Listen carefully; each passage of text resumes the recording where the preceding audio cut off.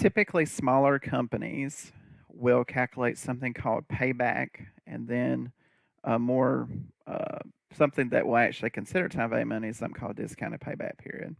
So I'll now demonstrate how to calculate that here. Beginning in cell C18, I will type period. That will go from 0 to 5. We'll have our cash flows. We'll have payback. And then for discounted payback, we'll have discounted cash flow and then discounted payback. So our initial cash flow is the initial outlay from B19. For periods 1 through 4, that will be the 26,300. I'll anchor that to send that down. And then our terminal cash flow in the final year will be that last after-tax cash flow plus the terminal cash flow. Okay, to get payback, what we will do is we will say, okay, we'll look at each of these cash flows over time and say, have we been paid back yet? Okay, so for this one, there's a couple of different ways you can go about doing this. What I like to do, and I'm actually going to add another column here, is I will start off with the current cash flow in period 0, your initial outlay, and then I will do an equal what it was in the previous period of the payback column plus any cash flow that comes in. And I will continue to do that, or actually just go ahead and do that for all of them. And you can see in year 3 at some point, period 3, I get paid back. So to handle this, what I then do is I say, okay, not paid back, and then I get paid back partially in this time of the year. So that's going to be equal to minus how much money is left to be paid back divided by the 26,300. And you'll get this 0.38 or so. I will then auto sum this, and this is your payback period. So over here in cell B25, I'll put payback period and reference that number.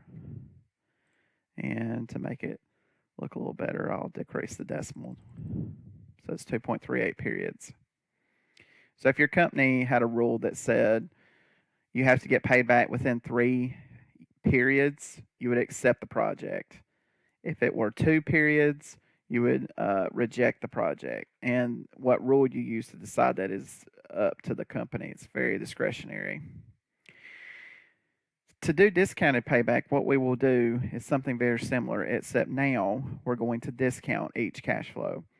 So it's going to be equal to the cash flow in D19 divided by 1 plus the required return anchored in the parentheses raised to the current period power.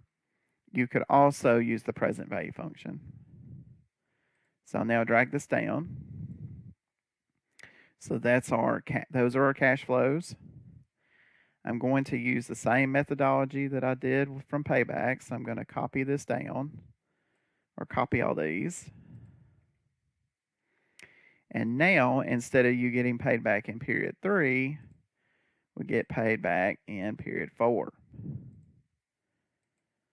So now I will copy over those ones. So I'll drag that down again. And then I will copy these 2 formulas and then paste them here. And it will need to be tweaked to include that one. So you see we get, in this case, 3.16. That's our discounted payback period. So the previous examples I used of rules of 2 and 3 wouldn't work. The only way you would accept the project using discounted payback is if your discounted payback period rule or critical acceptance level were 4 periods. So now here I'll reference that, format paint that. You can make this more complicated with if statements, etc., but I found that this is typically the best way to do it because cash flows could potentially change from year to year, and this helps you really get at the understanding of what payback is doing.